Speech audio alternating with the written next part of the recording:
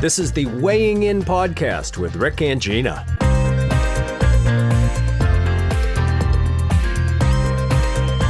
This podcast is a collaboration between Empower Weight Loss and Lifestyle Coaching and Next Step Lifestyle Coaching. In this episode, we talk about the weight loss medications, a topic that invites a lot of different opinions. We discuss what to consider if you're thinking about going on them, and the importance of making positive lifestyle changes either way. There may be no hotter topic than this right now. So next up, the weight loss meds. Dive right in. Okay, so here we are, and we're tackling the weight loss medications. I have a conclusion. I spent some time preparing for this discussion, and it occurs to me that there is no adequate way to fully prepare for this conversation. It's just such a huge bucket. Yeah. There's so much information out there. And I kind of felt the same way. That's funny you say that because I have like notes and I thought, but there's just so much to say and so many different ways that what we say is going to like veer off into different places. I feel like we should just sort of go for it and just see where we land with it. 100%. And, we'll cover some things and there'll be a bunch of things we don't cover, and we can just be comfortable with the fact that this will not be our last conversation about this. Quite the contrary. Absolutely. 100%. So where do we begin? Like, where should we begin with this? I have a thought on where we begin. Okay, perfect. So, perfect. I've got a folder that was getting bigger and bigger, thicker and thicker, and it's like, almost an inch thick. And a lot of that, there's some research in there and whatnot, but some of it's just single page abstracts. There's just so much research. Mm-hmm. But as I was going through the folder, I came up with, okay, so that's research. So like efficacy, do they work? How do they work? What do they do in terms of health and weight loss outcomes and whatnot? But then I had this other growing little pile that I found actually as interesting as the research, and I gave it the headline of attitudes. Right. People's attitudes, and even like different headlines that have a slant, have an attitude. Right. And it's just so interesting how provocative this area is. Yeah. People have attitudes. Yeah, people have attitudes. They have very strong opinions. They have, I don't want to say biases, but yeah, there's definitely a lot of thought out there. And I think that's one thing that we can do as we address those. We can kind of sift through some of that to help people out a little bit, because other people might be hearing a lot of these attitudes and these opinions, and that might slant people's decisions or have their thinking be a little jaded or whatever. And so that can help maybe to just hear it. I think. I agree. In our other earlier podcast, we talked about black and white thinking, and we all are like that. All humans are. And I think this is an area that it just is rife with black and white thinkings and sweeping judgments and whatnot. And if nothing else, we can just talk about different aspects of this to perhaps, I want to just continue to nuance my own thinking on this. Yep. Well, let me start if I may, because I have to say that my own opinions about this medication have kind of been all over the place and have come a little bit full circle. And I think it might be a good place to start for both of us to share where we've come or what we think, because mine has been a whole process. So when these drugs were first approved and they came on the market, my thought when I heard it on the news was like, oh, here we go. Here we go. Like another magic pill that people who are desperate to lose weight, and God, don't we know there are plenty of people who really want to lose weight out there and who are struggling, that this is going to be their answer and they're going to use it and they're going to throw lifestyle to the curb. And, I've been doing lifestyle and preventative health for 35 years and here we go. I'm going to have to fight this big giant. And so needless to say, I was a little negative. Is that fair? Fair. Yes. So, and, of course, people came to me in my classes because in the work we do, we host classes, coaching classes, lifestyle education, accountability, support, all of that, people were asking me my opinion about it. And I said, well, people are going to think it's the magic pill and all they have to do is take this new medication and they don't have to do exercise or they can eat what they want. And so I was a little biased. I was a little, negative against it. But then as I started to learn, and I have learned a tremendous amount about the medication, because the way that my personality is, when something bothers me or when it's new, I need to learn everything there is to know about it. So I research and I read, and I've come to find out that it isn't so bad. And in fact, it's a very effective medication that really, really works. And it can really help people and give them a leg up. Now, is it the only thing people should do to lose weight? Absolutely not. They need to couple it with a program like we offer that provides ongoing lifestyle education and nutrition education and lifestyle modification and behavior change and accountability. So I've come to find that I think it might be something that people really need that would give them that leg up, but they have to do it in combination with managing their nutrition, certainly doing a lot of exercise, drinking water, all the lifestyle stuff that that's our stuff. That's in our wheelhouse. So I've come sort of full circle, and even some of my clients are like, wow, Gina, they're kind of surprised, Yeah. But so I think there's something there, in terms of messaging. Yeah. So let me throw a lot out there. So first of all, I totally get your point about the pill is here. No longer need to work at it. But in terms of lifestyle being kicked to the curb, hasn't it already been kicked to the curb? I mean, just not within our respective programs, but I just think about, how much people will go on a medication for something else, cholesterol. Yeah.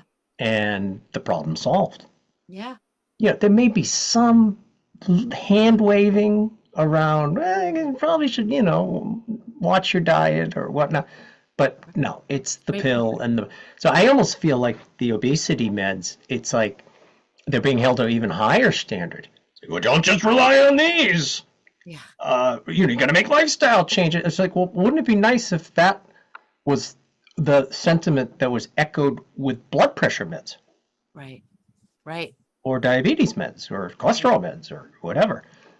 I think usually you and I are so like-minded on so many things. I think I may have approached this developing story with a little bit of a different view up front, which is that the research is so clear that they do have an impact. They work. And as we know, with all modern medicine, things just improve over time. So I was kind of landing there, but then coming in really hard with your point, which is these were now individual differences. They're for some people, they're not for others. This is people's choice, and hopefully these conversations can help nuance people's thinking. But they do work.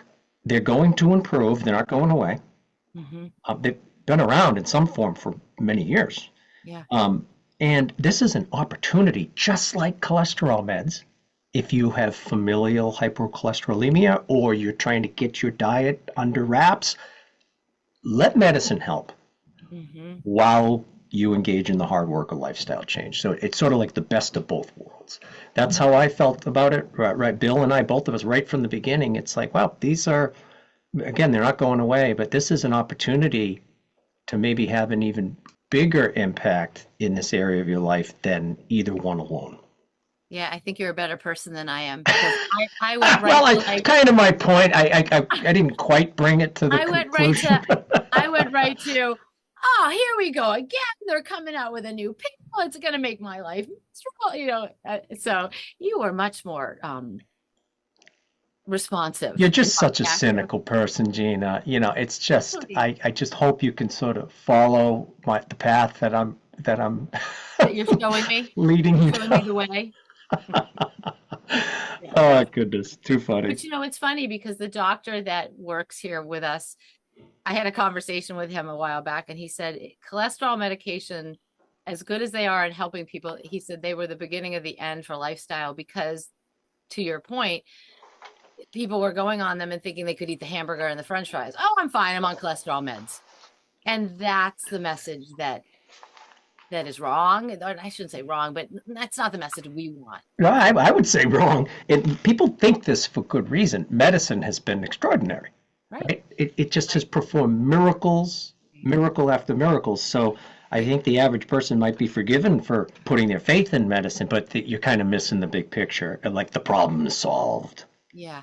I can just live life as I was living, no lifestyle changes because I'm taking the medication. So to that doctor's, to his point, oh, here it is, Vanity Fair. To his point, Ozempic killed diet and exercise. Yeah. Now that's just a writer's opinion, but I mean, it sort of speaks to the point that we're making here. Right. Problem is solved. And it's funny because by the end of this, what I want people to think is that if I do decide to take the medication, and again, that is completely personal choice, check with your doctor. Obviously, we're not doctors. That if they do, that the message that we're saying is you've got to couple that with lifestyle. And if you're unsure about what that means, then that's where you and I come in. And we're so ready to help people with that part of it. So. And aren't there just so many, you and I have talked about this many times. There are several chapters in the book of why you need to combine, if you're on one of the GLP-1s, with lifestyle changes. There are different ways to look at that. So we can sort of start to unpack them here. And again, this will be a partial conversation because we're never going to cover everything. But well, let me sort of throw one of the reasons out to you. So very few people stay on these very long. We've talked before about that Milliman white paper, which showed that after 1 year, 32% of people, only 32, were taking it. And after the second year, only 27% of the 32% were still taking the meds. And so you multiply the probabilities, 8% of people after 2 years. 92% of people are not taking them. So why do I need to make lifestyle changes? Right. Yeah, I don't think a lot of people go into it saying, well, I'm going to just continue this after 2 years, or I'm on this forever. I think people are just much more trying to solve the immediate problem in front of them. Right. I also think then, I mean, this is a little bit of a side note, but then when Ozempic, particularly Ozempic, before Zepbound came along, or before Mounjaro came along, the celebrity craze. I mean, there's that whole thing. And that, I mean, probably the biggest misuse of the medication is that, I mean, and I'm not, listen, I love celebrities and I watch Real Housewives and all of it. I love those shows, but I do think there was a big celebrity craze where they could afford it. They were taking it for the reasons you just said, I want to take it to lose 20 pounds for a wedding, or I just can't get that 20 pounds off. And it isn't necessarily intended to be a quick fix diet yet, to your point. Why bother if it's just going to be a quick fix? Yeah, it's interesting you bring that up. Last night was the Oscars. Yeah. I did not watch the Oscars. For some reason, I don't know. I don't know if I feel nervous the presenters are going to bomb, or I just don't know. But I just don't watch it, even though I love movies and I'm like really into like Hollywood stuff.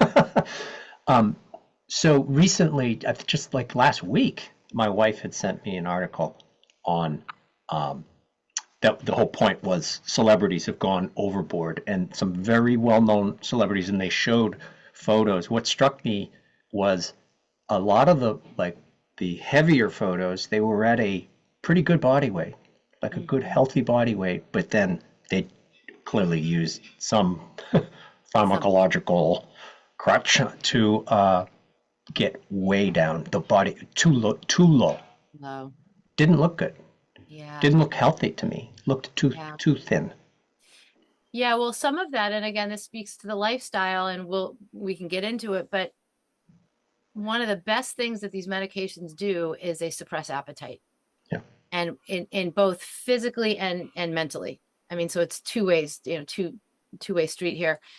And so when you don't have a desire, it's not even that you don't feel hungry, you don't really have a desire to eat, you're eating less. And when you're eating less and taking in fewer calories, of course you're going to lose weight. But the issue becomes that the calories that you're taking in just aren't nutrient dense, and this is a drug that we know you need to prioritize protein. And are people doing that? Do they even know that? I mean, so that's my big issue is that we're doing people a very big disservice if they're losing weight, but they're becoming what I call skinny fat, Right. metabolically unhealthfully thin. In other words, you're thin on the scale, but you're metabolically unhealthy because you don't have enough muscle tissue. Yep.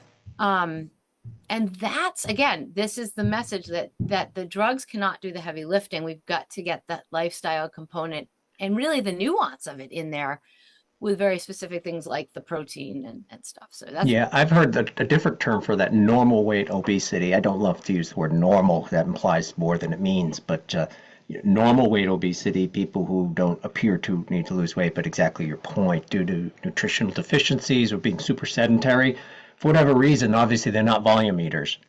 They're not eating so many calories that they have gained a lot of weight, but they are, it's just like a biochemical bullet inside their bodies with the lack of nutrition. Yeah. I mean, let's face it, it's hard enough without any distraction to know how to eat properly. And I use that word, in quotes, like what is good nutrition? I mean, that's one of the things that our clients struggle with is how do you make, have a healthy, low calorie or within calorie range day that's nutrient dense.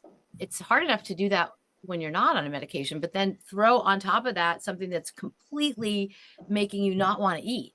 And then there's the whole virtue around it. Like, Oh, that's a huge, I'm glad you said that because that's a big part of it. look at how strong I am. I'm so virtuous. I don't need to eat anymore. And then there's that. So It's one of the most complicating parts of this whole thing, which is this whole the culturally embedded idea that just eating less is better, period. right. Full stop, no nuance. If I can get by eating less, and if you're eating a ultra processed 45% fat diet, sure, yeah, but it just carries over. We see, isn't it so much of your work designed to unpack that thinking as you're working with people to develop the skills for healthier eating? Yes. It's a lot of work to undo that eating Yes. less is better, is more virtuous. It's a sign of And I willpower. will tell you something, you know this as well as I do. Getting people to eat more of healthy food is hard with that bias. Like we have this whole more is better term that we coined, and it means eat more of the right stuff to crowd out the bad stuff. I mean, I have people who I've worked with for years who still struggle with that because it's so counterintuitive. 100%. I remember it was hilarious. Coach Nancy and I used to howl at this. We would watch a lot of these member interviews, more than once because we'd use them in trainings. This one woman was like, so I get the whole more is better thing. And this is someone who was down like 50, 60 pounds and Yeah. could talk poetically about using like double entrees and whatnot. And she said, just still always through the I think it was even years that she'd been with the program. She's like, part of me just thinks, shouldn't I be working on some other sort of math here, as opposed to more is better? Yes, It it's is- so true. It totally flies in the face. It's just so interesting how perception can really get in the way of what So we do. so here's one. So this is how deeply embedded the eat less doctrine is. So tell me this has not happened to you, because I know it's happened to me 1,000 times, but you've been working with someone. So let's say you've worked with someone, let me make up a number, 2 months.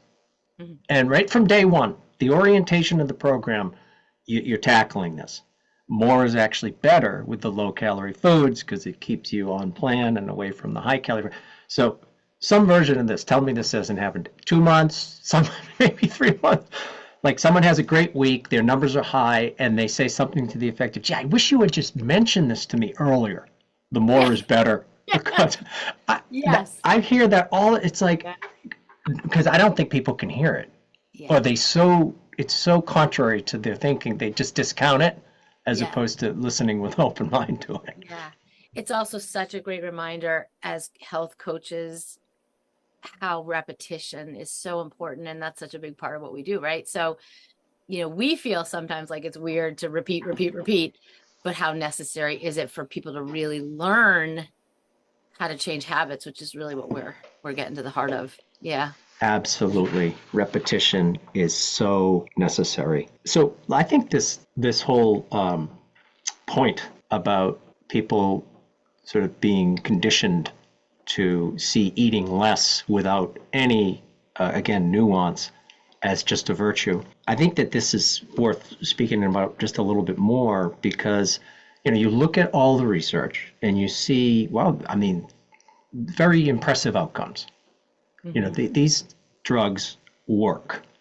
Now, I don't know about you, but I have some people in the program Bill and I work with, and it's not some miracle for everybody. But in the research studies, there might be different the real world experience. In the research studies, the data is in. The published data is pretty compelling. Yes. So people are dealing with less hunger, right? Mm-hmm.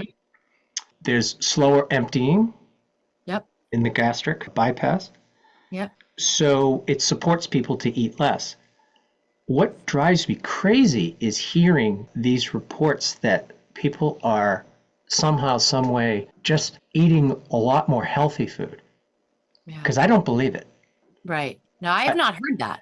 I have heard it. I I've have seen not it. heard It's like, well, it tamps down the chemistry in the brain around addictive behaviors, even some reports on less alcohol intake, things like Yes. that. Yes. I've All heard of that. for sure, Yeah. which I think is But very. I have heard and read, and now and I actually have a sort of a punchline to this. And people are, eating more broccoli and I've even things like strawberries never tasted so good. So I said, no way, no way. Healthy dietary behaviors are skills that have to be learned.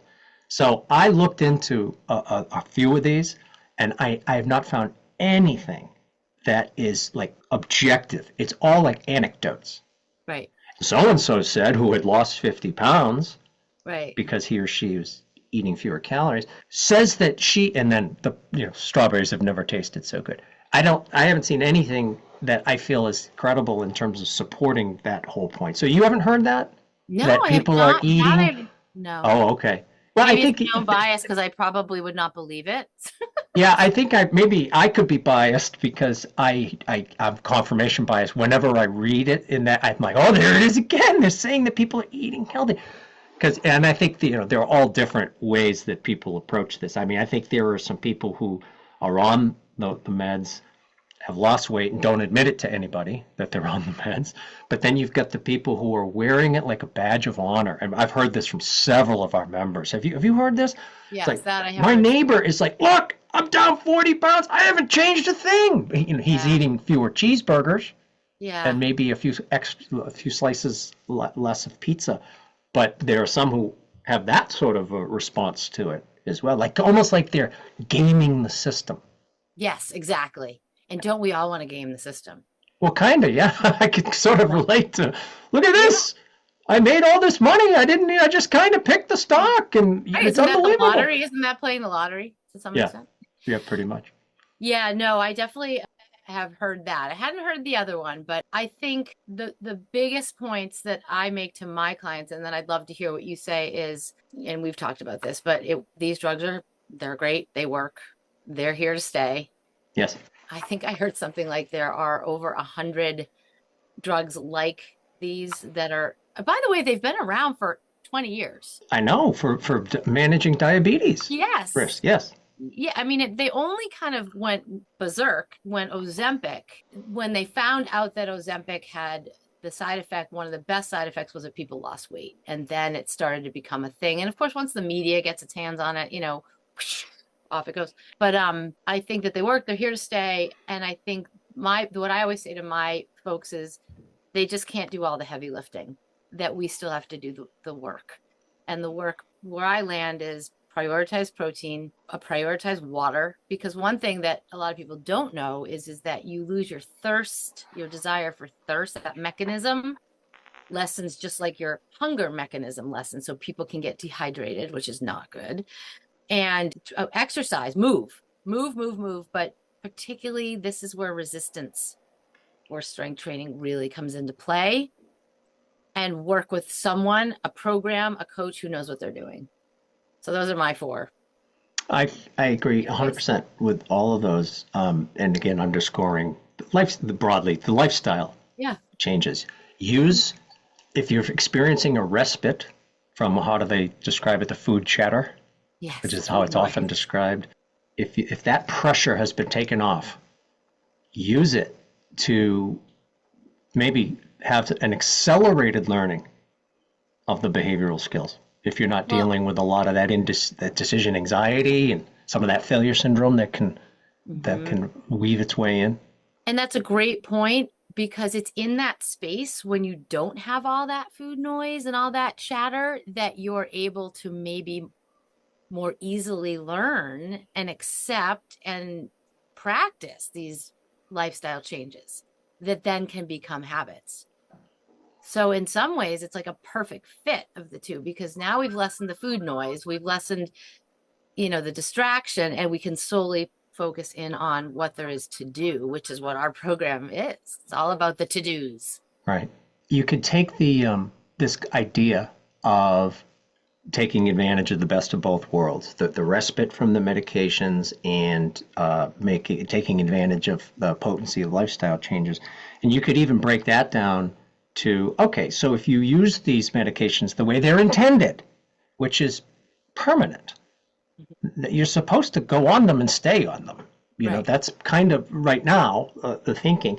Well, then what's possible has never been within reach like it is now, because, again, best of both worlds. Yep. But real world, most people are not going to be taking these Right. in a year.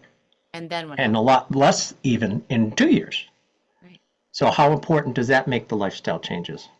Yeah. I mean, huge. Because then what happens? It's no different than anything else. I mean, any other way that you lose weight, if you have not made lifestyle change and you go back to, or you leave that program or whatever, you gain weight back. Speaking of gaining weight back, I mean, just the nature of this work is that if people are lucky enough to have lost weight, then the harder part starts, which is keeping weight off. So how devastating is it when someone is experiencing that in like a maintenance phase, their weight is starting to go up and all of the fears and anxieties that go along with that. But I feel that if you had used the medications and all of this food chatter was gone, and you lost it, and now you go off the medication, and on top of the already painful experience that we know all too well what it's like to be gaining weight back, all of a sudden this avalanche of food chatter comes back. It's worse than if you'd never gone on the medications. Yeah. I've actually have one member who that kind of happened to. Say more. So she went on the meds for diabetes and also for a little bit of assistance with the weight loss. And what's interesting is that she didn't necessarily feel like the meds were doing anything. Yeah, see, I've actually heard that a lot. She didn't really feel like a resounding difference. I mean, her blood sugars were better for sure until she decided to go off of them. And then she said her cravings and the food came roaring back.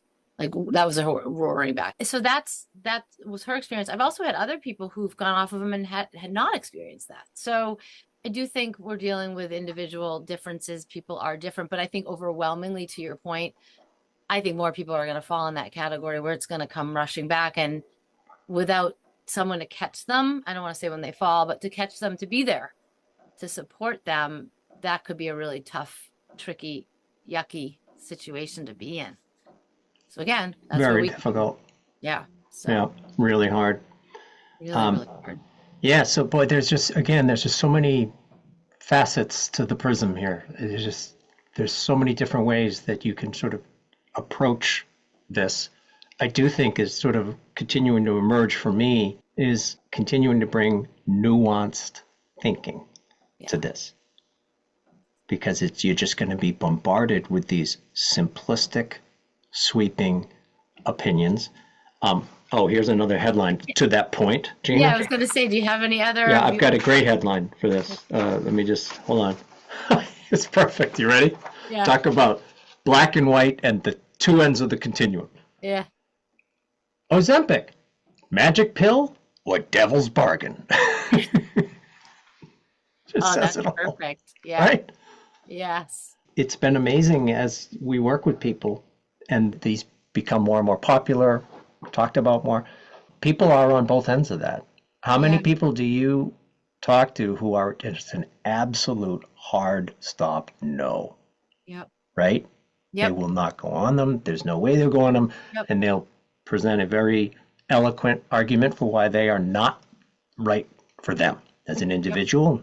We have to respect that. And then you've got other people who it's, hey, this is wonderful. Yeah.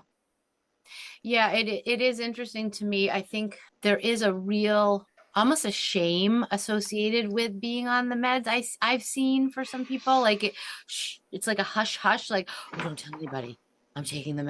And I personally want to do away with that because I don't think shame is helpful in any area of life or behavior change. So I don't like to see that, and I have seen that, like, shh, don't tell anyone.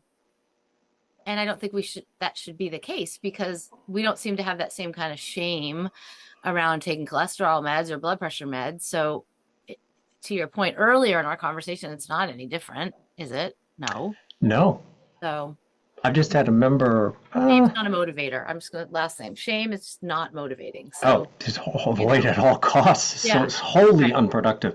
I had a member who approached me about a month ago because I always say, if you want to just use me as a thought partner, me Yeah. or Bill, please. So she did. And it was exactly the point you're making right now. She was felt incredibly guilty just thinking about going on them. Mm-hmm. Just entertaining the thought. That's how fraught it is with Yes. shame, that just the thought that I might be considering it is embarrassing for some Right. people. I did a full frontal response to her on that one. Yeah. I did the best of both worlds, and I really got into it. I said, how do you feel? Do you know anyone who's on the cholesterol meds? Do you think lesser of that person? And we really went into it. And this has a pretty remarkable update, this story. So that was about a month ago. So about a week to really get into a routine with it. She's lost significant weight Yeah. over the last 2 weeks in a row. Yeah. One of them was a 5-pound weight loss. This is in phase 2 now in weight management Yeah. after having lost weight. Yep. I had gained some weight back. So she is having really great results with it. Yeah. I wish it was always that way, but this has been a positive experience for her. Yeah, I think that's so great. And I think that's a big, it's almost as if like someone deciding to use the medications is taking the easy way out, which in fact there isn't an easy way out because you still have to do the lifestyle change. So I think that the reason people feel the shame is that there's a message that the weight loss drugs are magic, but they're not magic. They're just something to give you a leg up in this journey and that you still have to do the work. So that's how I would coach somebody, but I know you said all of that, but yeah, that's great that she's doing so well. Yeah, no, really, really well. She's thrilled. And I heard her gratitude even in class, some of her comments, because she's pretty open about it, Yeah. which is ironic because she was like, shame about going on them. Well, you obviously gave her the green light to be open because you made her, you know what I mean? You put her thoughts to rest that were not true. I mean, isn't this a huge part of what we do in the program? Mhm. Besides like the, foundational behavior change, it's removing judgments Yeah. about these problems to solve that most people in society have the same problems to Yes. solve. Mm-hmm. The horrendous food environment that is just pushing people's weights higher, the fact that you never need to move, all of that. So I think the whole idea of bringing some training around non-judgmental response to the challenges is just, it's such an important part of the work. Yeah. And that's what we do. I'm sure your members have said it, but mine do. That's one of the things I like about it is that That's right. it's like a safe place. There's no judgment. because they're already judging themselves harshly, and isn't the world kind of. But I think to put a nice little bow on this, Mm-hmm. I'm going to tell you what I think as the takeaways, and then you can Please add do. to it.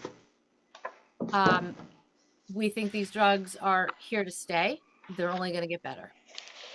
They work, and they can help people who struggle with their weight to get a leg up for a number of different reasons. By the way, they do other things. I mean, they do help with cardiovascular. They do help with blood sugar and insulin regulation. They do, help with. I mean, there's some science now with addiction and with regenerative repair of tissue for arthritis. I just read a recent article. So it's only going to get better, the science behind it. However, they cannot do all the heavy lifting. You've got to work on changing your lifestyle habits, which has always been the case. And especially if you're going to be on them for any length of time. So that's where we come in, our programs. I mean, we are good at what we do. If I'm going to toot my own horn, right? Absolutely. Keeps coming back to the incredible importance of practicing healthy lifestyle habits, whether you take advantage of the weight loss meds or not. It doesn't change it one bit. Yeah, we've seen it in action. It's pretty neat to watch. So. All right. Well, this is just the preliminary chapter on the weight loss meds. We'll be revisiting many times. Probably should have said this right up front in case people. I was just going to say, if you want more information about our programs, or if you have any comments about this podcast, we'd love to hear from you. So we are at the weighing in podcast at gmail.com. It's all one word, the weighing, WEIGHING in podcast at gmail.com. Yes, and we'd welcome any comments, questions, any thoughts whatsoever. Please don't hesitate to email us. Thank you. All right. All right. All right. Well, thank you, Gina. Great conversation. Talk to you a little bit later this week.